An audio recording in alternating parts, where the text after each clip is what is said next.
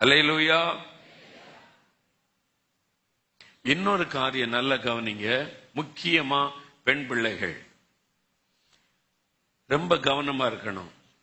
ஒரு நாளைக்கு 200 பெண் பிள்ளைகள் இந்தியாவில் கடத்தப்பட்டு விபச்சார தொழில கொண்டு போய் பயன்படுத்துறாங்க. சென்னையில ஒரு பெண்ணை கடத்தினாங்கன்னா சாயங்காலத்துக்குள்ள நார்த் இந்தியா கொண்டு போயிருவாங்க. நீங்க எங்க இருக்கீங்கன்னு தெரியாது. அவ்வளவு கடத்தல் கும்பல் தமிழ்நாடு வரைக்கும் வேரூன்றி இருக்கிறார். எல்லா இடத்துல இருக்கிறாங்க. முக்கியமா பெண் பிள்ளைகளை குறி வைக்கிறாங்க. கடத்தி கொண்டு போய் உங்களை வித்துருவாங்க வேலைக்கு. 5 லட்சம் 10 லட்சம் வித்துருவாங்க. கடத்தி கொண்டு அதனால தான் நீங்க தனியா எங்கேயும் போக கூடாது. உங்க ஃப்ரெண்டு கூட சேர்ந்து, எல்லாரும் அப்பா கிட்ட கோவிச்சுட்டு அம்மா கிட்ட கோவிச்சுட்டு 2 பிள்ளைகள் சேர்ந்து சென்னைக்கு போறேன்னு போயிருவாங்க. மாட்டிக்கிடுவீங்க, தப்ப முடியாது. மாட்டிட்டீங்க, உங்களை யாரும் நீங்க எங்க இருக்கன்னே தெரியாது. நீங்க எங்க கொண்டு போய் உங்களை வச்சிருக்காங்கன்னு கண்டு. இன்னைக்கு இந்தியாவில் நடக்கிற காரியம் விளையாட்டு இல்ல, சீரியஸ். சமீபத்தில் சில மாசத்துக்கு முன்னால சென்னையில ஒருத்தர் சந்திச்சாங்க. சொன்னாங்க, பிரதர், இந்த மாதிரி பெண் பிள்ளைகளை கடத்துகிற கும்பலை நான் உள்ள நுழைஞ்சு மெதுவா ட்ரேஸ் அவுட் பண்ணதில்ல, கொஞ்சம் கொஞ்சமா பழகி ஒரு உண்மையான செய்திய அவங்க ரகசியமா வீடியோல எடுத்து எனக்கு காமிச்சாங்க. அவங்க பேசுறாங்க. அதுல ஒரு அம்மா சொல்லுது, அந்த ஒரு பெண் பிள்ளைகளை கடத்துறதுக்கு அந்த கும்பல் ஒரு பெண்ணை நியமிச்சிருக்கிறாங்க. இப்ப அவங்க என்ன பண்றாங்களா, சர்ச்சுக்கு போகிற ஜெபம் பண்ணுகிற பிள்ளைகளை தான் குறி வைக்கிறாங்க. அவங்க என்ன பண்ணுவாங்கன்னா, சர்ச்சுக்கு வருவாங்க, முக்காடு போட்டிருப்பாங்க. சர்ச்சில் எல்லாரும் ஜெபி கை வைத்து ஜெபம் பண்றாங்க. அந்நிய பாஷை பேசும்போது இவங்களும் ஏதாவது வாய் உளறி பேசிக்கிட்டே இருப்பாங்க. எந்த பிள்ளை பக்தியா இருக்கிறோ மெதுவா பேசுவாங்க.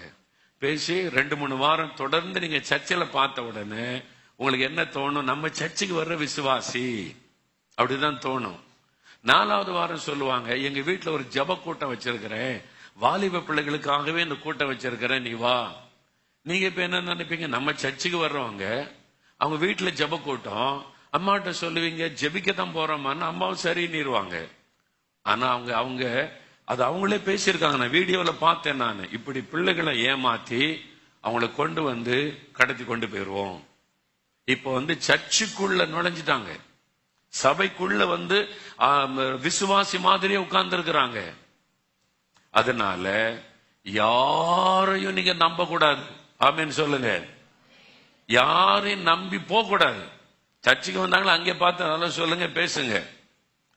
ஏன்னா யாரும் இங்க ஜெப கூட்டம் அங்க ஜெப கூட்டம் வீட்டுல வச்சிருக்க வாங்கன்னு தெரியாத இடங்களுக்கு போயிடாதுங்க. ஏன்னா இன்னைக்கு அவங்க சர்ச்சில் வரக்கூடிய பெண் பிள்ளைகளை தான் குறி வைக்கிறாங்க, கடத்தி கொண்டு போவதற்கு.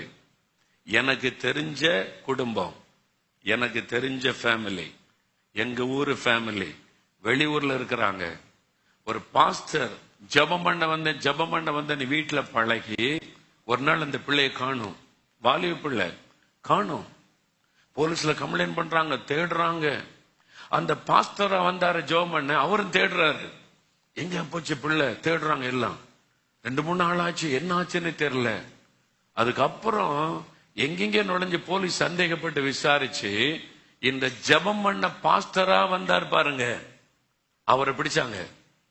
அவரு தான் கடத்தி கொண்டு போய் வச்சு பார்டரை கிராஸ் பண்ற நேரத்தில் பிடிச்சிட்டாங்க. கொஞ்சம் தாமதிச்சிருந்தா அந்த பிள்ளை முடிஞ்சது பாருங்க. எங்க ஊருக்காரங்களுக்கு நடந்தது. அப்போ அவர் எங்க சர்ச்சை வச்சிருக்காரு தெரியாது. பிறகு அவரை கூப்பிட்டு வீட்டுல பைபிளை தூக்கிட்டு வந்துட்டா வீட்டுக்குள்ள இடம் கொடுக்காருங்க. ஒரு சர்ச் இருக்குது, அங்க பாஸ்டர் இருக்காங்க, ரெகுலரா போறீங்க, ஓகே. உங்க அப்பா அம்மாவுக்கு தெரியணும். நீங்களா எங்கேயாவது சர்ச்சுக்கு போய் மாட்டிக்க கூடாது. கவனம். நீங்க படிக்க போற இடத்துல, ஹாஸ்டலுக்கு போற இடத்துல கூட முதல்ல விழிப்பா கவனிச்சு ஜெபிக்கணும். இது சரியான குரூப்பா, சரியான சர்ச்சா, இது சரியான பாஸ்டரா. நல்ல பாஸ்டர்மார் நிறைய பேர் இருக்கிறாங்க. அதுக்குள்ள சாத்தான் சிலரை பாஸ்டர்ன்ற போர்வையில இந்த தப்பான காரியம் செய்வதற்கு உள்ள நுழைச்சிருக்கிறான். அவங்கள நீங்க அடையாளம் கண்டுபிடிச்சு கொள்ளணும், கவனமா இருக்கணும்.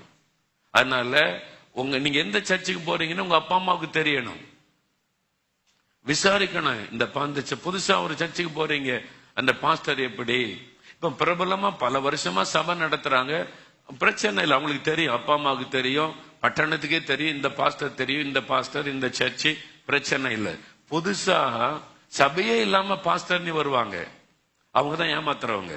சபையே இருக்காது, பாஸ்டர்னு சொல்லிட்டு பைபிள் தூக்கிட்டு ஜெபிக்க வருவாங்க. ஜெபம் பண்ண தானே வர்றாங்கன்னு இடம் கொடுத்துடக்கூடாது. கவனம், எச்சரிக்கையா இருக்கணும். ஆண்டவரே சொல்றார், எச்சரிக்கையா இருங்க. வாலிப தம்பிமார் கூட கவனமா இருக்கணும்.